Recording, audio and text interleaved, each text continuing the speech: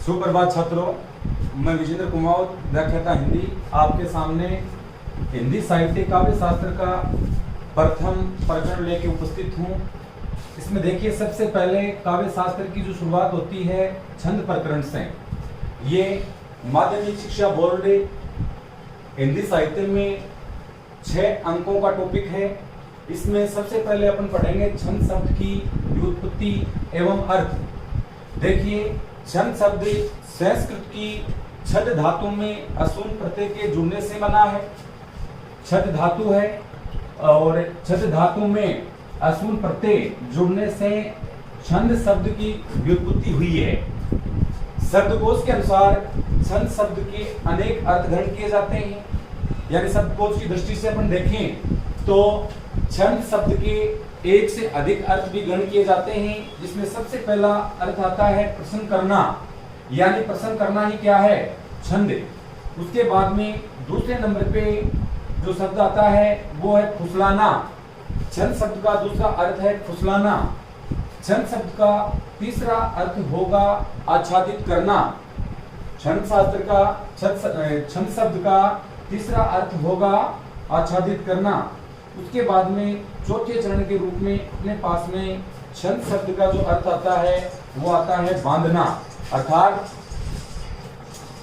उसके बाद में व्याकरण ग्रंथों में छंद शब्द की व्युत्पत्ति के लिए निम्नलिखित 2 सूत्र प्राप्त होते हैं।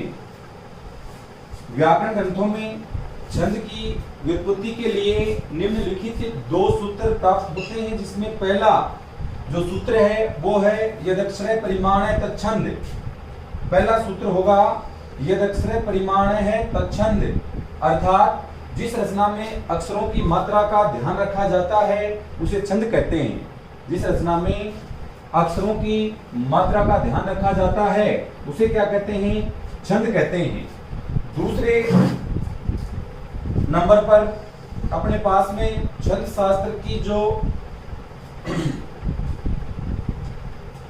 सूत्र आता है वो है जातिर व्याख्या मर्यादा छंद। जातिर व्याख्या मर्यादा छंद। अब देखिए, इसमें अपन इसको अलग अलग दृष्टि से क्या करेंगे? अलग अलग दृष्टि से इसको खोलेंगे।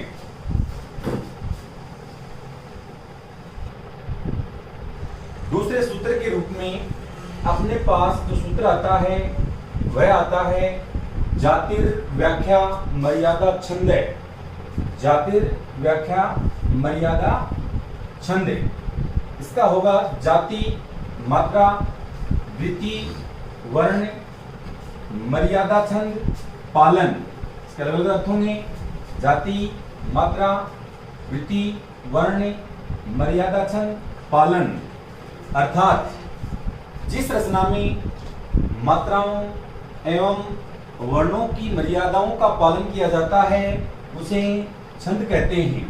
दोबारा सुनिए, इस सूत्र के अनुसार इसका उल्लेख अपन करेंगे कि जिस रचना में मात्राओं एवं वर्णों की मर्यादाओं का पालन किया जाता है उसे छंद कहते हैं।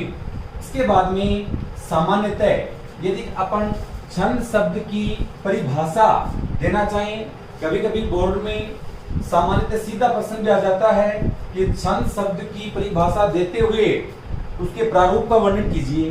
तो यहाँ पर सामान्यतः सीधी परिभाषा जो होगी, यति, गति, तुक, पाद या चरण, दल, मात्रा, गण इत्यादि से युक्त रचना छंद कहलाती है।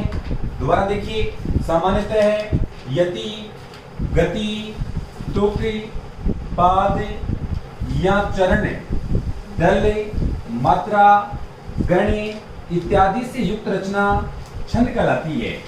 अब अपने दिमाग में ये प्रश्न उठता है कि यति क्या है, ये गति क्या है, ये तुक क्या है, ये पाद क्या है, ये चरण क्या है, ये दल क्या है, ये मात्रा क्या है, ये गण क्या है। कक्षा 11 में आपने इन सब चीजों का अध्ययन कर लिया है। उसके पश्चात भी अपन यहाँ इसकी संपूर्ण जानकारी आपके सामने प्रस्तुत करेंगे। बिल्कुल छंद शास्त्र से आप अनभिज्ञ हैं, लेकिन यहाँ आप 0 से ऊपर जाएंगे, यानी 0 से आपकी शुरुआत होगी। और यदि इस वीडियो को आपने पूरा देखा तो इसमें इससे बाहर प्रश्न आपको नहीं मिलेगा।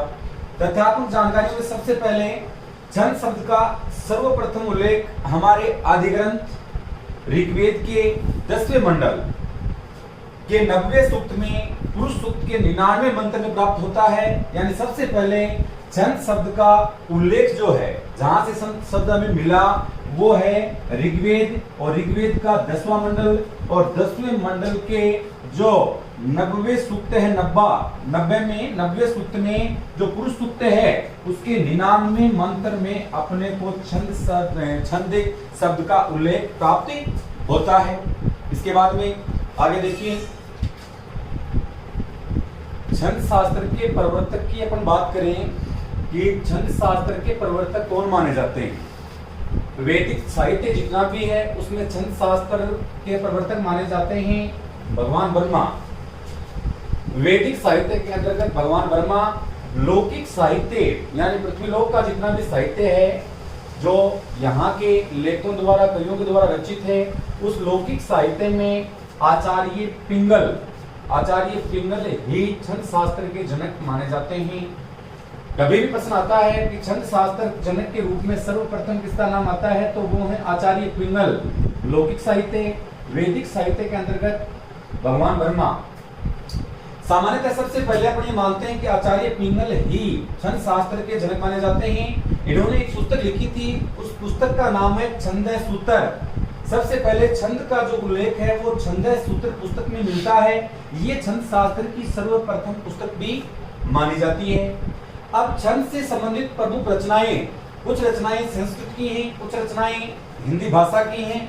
अब अपने को देखना है कि संस्कृत काफी पुस्तकें हैं वैसे तो, लेकिन मुख्यतः यदि बात करें तो महत्वपूर्ण पुस्तकें आपके लेवल की थोड़ी पुस्तकें हैं, याद जल्दी होंगी और याद अपने को रखनी भी है। तो सबसे पहले संस्कृत में रचित रचनाओं की बात अपन करते हैं। देखिए, सबसे पहले क्रम संख्या 1 पर रचना का नाम है छंदः सूत्र। पूर्व में बता चुका हूं आपको, रचनाकार का नाम है आचार्य पिंगल। उसके बाद में संस्कृत में दूसरी जो रचना आती है छंदोविचिति। छंदोविचिति रचना के रचनाकार हैं जनाश्रयी, प्रसिद्ध पुस्तक रही हुई है। उसके बाद में तीसरे नंबर पे जो पुस्तक आती है वो आती है छंदोनुशासन। ये भी बहुत प्रसिद्ध पुस्तक है, जयकीर्ति ने इस पुस्तक को लिखा है। तो संस्कृत में रचित रचनाएं अपने पास में 3 हैं, वैसे खूब हैं लेकिन ये 3 प्रमुख हैं। सबसे पहले छंदः सूत्र आचार्य पिंगल, उसके बाद में छंदोविचिति जनाश्रयी, उसके बाद में छंदोनुशासन जयकीर्ति। उसके बाद में चलते हैं हिंदी में रचित छंद शास्त्र की पुस्तकों का क्या नाम है। तो सबसे पहले जो रचना अपने पास में आती है वो आती है छंदहार पिंगल। छंदहार पिंगल के रचयिता हैं कवि मतीराम। उसके बाद में 2 नंबर पर अपने पास में पुस्तक आती है छंद मंजरी। छंद मंजरी के रचनाकार रीतिकालीन कवि कौन है, पद्माकर। उसके बाद में 4 नंबर पर अपने पास पुस्तक आती है प्राकृत पेंगल। कई जगह इसका उल्लेख पेंगल भी मिलता है, कई जगह प्राकृत पेंगल भी मिलता है। इसके जो लेखक हैं वो हैं पंडित भोलानाथ व्यास, इनको शंकर व्यास भी बोला जाता है। उसके बाद में आधुनिक में अगर हम बात करें पद्य रचना के रूप में, अगली जो चौथे नंबर की पुस्तक है वो है पद्य रचना। पद्य रचना श्री रामनिरेश त्रिपाठी की रचना मानी जाती है। तो अपने पास में छंद शास्त्र की लगभग 3 संस्कृत की हैं, 4 पुस्तकें जो हैं वो हिंदी साहित्य की हैं। ये सातों अपने को याद रखनी है। इससे संबंधित प्रश्न नहीं आता है, लेकिन फिर भी अपनी जानकारी के लिए ये महत्वपूर्ण पुस्तकें हैं। देखिए, छंदों को 2 भागों में बांटा जाता है। सबसे अपने को वैदिक छंद से लेना देना नहीं है, अपने पास में है लौकिक छंद। लौकिक छंद को देखिए 2 भागों में विभाजित किया जाता है। पहला जो आता है वो है वर्णिक छंद। वर्णिक छंद को वृत्त छंद भी कहा जाता है। उसके बाद में दूसरा जो भाग आता है मात्रिक छंद। मात्रिक छंद को जाति छंद भी कहा जाता है। अब ये तो अपन देखेंगे वर्णों के आधार पर है, तो वर्णिक छंद जिसमें केवल वर्णों की गिनती की जाएगी। मात्रिक छंद में मात्राओं की गिनती होगी और इसी के आधार पर इनके आगे और भी उपभेद किए जाते हैं। आगे देखिए आप समछंद जिसमें सभी चरण समान हो, समछंद जिसमें आधे आधे चरण समान हो, अर्धसम जिसमें कोई भी चरण समान नहीं हो, वो विषम छंद होगा। यानी लौकिक छंद होगा, लौकिक छंदों के अंतर्गत वर्णिक छंद होंगे। उसके बाद में दूसरा भाग इसका होगा मात्रिक छंद। मात्रिक छंद को जाति छंद भी कहते हैं, वर्णिक छंद को वृत्त छंद भी कहते हैं। इसके बाद में समछंद जिसमें सभी चरणों में समान मात्राएं या वर्ण, समछंद आधे बराबर आधे विषम तो अर्धसम, और पूरे के पूरे अलग तो विषम छंद। इसके बाद में इस वर्णिक छंद को भी दो प्रकार में बांटा जाता है, आगे इसका विभाजन होगा। पहला है साधारण छंद, उसके बाद में दंडक छंद। कभी कभी इसकी परिभाषा भी पूछी जा सकती है कि साधारण छंद किसे कहते हैं, दंडक छंद किसे कहते हैं। देखिए वर्णों के आधार पर यदि 1 से लेकर 26 वर्ण तक हैं तो क्या होगा, साधारण छंद होगा। यहाँ पर ये वर्ण यानी 1 से लेकर 26 तक वर्ण होंगे तो वो क्या होंगे, साधारण छंद। और उसके बाद में 26 से अधिक मात्रा, 26 से अधिक आते हैं, 26 तक तो इसमें आ जाएंगे, 26 से अधिक यदि आते हैं तो वो दंडक की श्रेणी में जाएगा। ये अपने को विशेष ध्यान रखना है, साधारण और दंडक में अंतर जरूरी है। उसके बाद में जो चलते हैं मात्रिक छंद, तो मात्रिक छंद को जाति छंद कहते हैं। इसको भी 3 भागों में बांटा जाता है, समछंद, अर्धसम छंद, विषम छंद। इसमें भी देखिए यदि बराबर हैं सभी में तो समछंद होगा, और यदि आधे चरणों में मात्राएं बराबर हैं, आधों में बराबर नहीं है तो अर्धसम होगा, और बिल्कुल ही नहीं है बराबर तो विषम छंद होगा। इसको भी 2 भागों में बांटा जाएगा। पहला होगा साधारण छंद, जो 1 से लेकर 32 तक की जो मात्राएं होंगी, इसमें वर्ण थे इसमें मात्रा है, ये अपने को ध्यान रखना है। 1 से 32 तक की जो मात्राएं होंगी वो साधारण छंद होगा। फिर से भी मात्रिक छंद में 1 से 32 तक की मात्राएं होंगी तो क्या होगा, साधारण छंद होगा। उसके बाद में यदि 32 से अधिक मात्राएं गिनती में आ रही हैं तो वो किस में जाएगा, वो दंडक की श्रेणी में जाएगा। यानी इन दोनों में अंतर है। वही वर्णिक में 1 से 26 वर्ण होंगे साधारण छंद, 26 से अधिक दंडक। वही उसमें मात्रिक में 1 से 32 तक की मात्रा आएंगी वो साधारण में जाएंगी, और 32 से अधिक जो भी आएंगी वो दंडक की श्रेणी में जाएंगी। छंद शास्त्र से संबंधित जो शब्दावली है उसमें सर्वप्रथम अपने सामने जो शब्द आता है यति, क्योंकि छंद की परिभाषा में आया था यति, गति, तुक, पाद, चरण, दल आदि से सुसज्जित जो बंधा हुआ जो वाक्य है उसे छंद कहते हैं। तो यहाँ पर देखिए सबसे पहले अपने सामने प्रश्न ये खड़ा होता है, यति क्या है। किसी भी छंद का वाचन करते समय, किसी भी छंद का वाचन करते समय जहां थोड़ा विश्राम या विराम लिया जाता है उसे यति कहते हैं। सामान्यतः छोटा सा प्रश्न है, यति किसे कहते हैं। छंद शास्त्र में यति किसी भी छंद का वाचन करते समय जहां विश्राम या विराम लिया जाता है उसे यति कहते हैं। ये बिल्कुल अपने दिमाग में होना बहुत ही आवश्यक है। इसके बाद में दूसरे नंबर पे अपने पास में आता है गति। अब गति में देखिए किसी भी छंद का वाचन करते समय आरोह अवरोह है, यानी उतार चढ़ाव, कभी अपने जो आवाज है ऊंची जाती है कभी नीची रहती है, उसी को ही आरोह अवरोह कहा जाता है। यानी किसी भी छंद का वाचन करते समय हमारी जो ध्वनि है उसमें आरोह अवरोह को ही क्या कहते हैं, गति कहते हैं। तीसरे नंबर पे हमारे पास आता है तुक। तुक आपको पता होगा, सामान्यतः सभी को लगभग बता देता हूं, किसी भी छंद के चरणों के अंत में प्राप्त होने वाली समान स्वर ध्वनि को ही तुक कहते हैं। कोई भी छंद है इसका वाचन अपन कर रहे हैं और उसके अंत में जैसे है के साथ में है मिलता है और के साथ में के मिलता है, उसी को क्या कहते हैं, तुक कहते हैं। किसी भी छंद के चरणों के अंत में प्राप्त होने वाली समान स्वर ध्वनि को ही तुक कहते हैं। उसके बाद में अगला अपने पास में आता है पाद या चरण। प्रत्येक छंद के चतुर्थ भाग को पाद या चरण कहा जाता है। प्रत्येक छंद के चतुर्थ भाग को पाद या चरण कहा जाता है। इस आधार पर सामान्यतः प्रत्येक छंद में 4 चरण माने जाते हैं। सामान्यतः क्या होता है कि प्रत्येक छंद के जो चौथा भाग आता है उसी को ही पाद या चरण कहा जाता है और इसी आधार पर प्रत्येक छंद के सामान्यतः प्राय है 4 चरण माने जाते हैं। उसके बाद में आता है 5 नंबर पर दल। किसी भी छंद को लिखते समय यदि एक ही पंक्ति में एक से अधिक चरण को लिख दिया जाता है, मैं आगे आपको उदाहरण दूंगा। किसी भी छंद को लिखते समय यदि एक ही पंक्ति में एक से अधिक चरण लिख दिए जाते हैं तो उस संपूर्ण पंक्ति को दल कहा जाता है। एक चरण लिखा, उसके तुरंत बाद दूसरा चरण लिखा, तो उन दोनों चरणों की जो पंक्ति है उसको दल कहा जाता है। अब आपको उदाहरण देता हूं। क्यों कीजिए ऐसो जतन। देखिए दल का उदाहरण आपको देता हूं। दल की परिभाषा मैंने बताई थी, किसी भी छंद को लिखते समय यदि एक ही चरण में एक से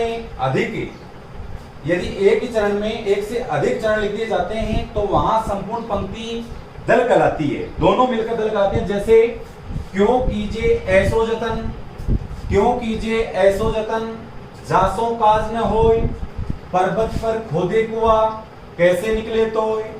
यहाँ इसका पहले इसका अर्थ समझते हैं कि ऐसा कार्य क्यों करें, ऐसा प्रयत्न, जतन का अर्थ होगा प्रयत्न, ऐसा प्रयत्न क्यों करें जिससे अपना कार्य नहीं बन पाता है, कार्य संपूर्ण नहीं हो पाता है।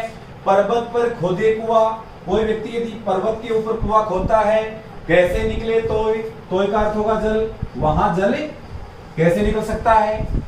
अब देखिए ये जो एक चरण ये रहा, दूसरा चरण ये रहा, अब दोनों चरणों को यहाँ एक साथ ही मिलाकर लिख दिया गया है। तो यहाँ ये संपूर्ण जो पंक्ति है ये क्या कहलाती है, ये दल कहलाती है। ये बात हमें ध्यान रखना है। उसके बाद में 6वें नंबर पर अपने पास में जो शब्दावली आ रही है, शब्दारा है, वो है मात्रा। किसी भी स्वर के उच्चारण में लगने वाले समय को क्या कहते हैं, मात्रा कहते हैं। किसी भी स्वर का अपन उच्चारण करते हैं और उसके उच्चारण में जो समय लगता है उसको मात्रा कहते हैं। जैसे छंद शास्त्र में 2 प्रकार की मात्राएं प्रचलित हैं। छंद शास्त्र में 2 प्रकार की मात्राएं प्रचलित है। इसमें 1 नंबर पर आती है लघु मात्रा। लघु मात्रा छोटी मात्रा है, उसका प्रतीक है खड़ी पाई। ये खड़ा डंडा या पाई इसको बोलते हैं हिंदी साहित्य में, खड़ी पाई, और इसको 1 के रूप में गिना जाता है। उसके बाद में दूसरे नंबर पे आती है गुरु मात्रा। गुरु मात्रा का प्रतीक है वक्र रेखा। गुरु मात्रा का प्रतीक क्या है, वक्र रेखा, और यहाँ इसको 2 के रूप में गिना जाता है। 2 मात्राएं गिनी जाती हैं। तो ये अपनी महत्वपूर्ण शब्दावली थी। 6 में यति, गति, तुक, पाद, चरण और दल और अंत में मात्रा। मात्राएं छंद शास्त्र में याद रखनी है, सभी विद्यार्थी ध्यान दें। 2 प्रकार की मात्राएं मानी जाती हैं। पहली मात्रा लघु मात्रा, प्रतीक खड़ी पाई, खड़ी रेखा। उसके बाद में इसमें 1 मात्राएं मानी जाती है। उसके बाद में गुरु मात्रा, प्रतीक वक्र रेखा, इसका एस आकार है, इसको हिंदी साहित्य में वक्र रेखा के रूप में माना जाता है। इसमें 2 मात्राएं मानी जाती हैं। इसके पश्चात अगली कला कक्षा में अपन मात्रा निर्धारण के नियम सीखेंगे कि कहां पर लघु मात्रा लगेगी और कहां पर दीर्घ मात्रा लगेगी या गुरु मात्रा लगेगी। इसी के साथ में मैं आपसे विदा लेता हूं। विजेंद्र कुमार, राजकीय उच्च माध्यमिक विद्यालय संगेसरा, चित्तौड़गढ़। धन्यवाद।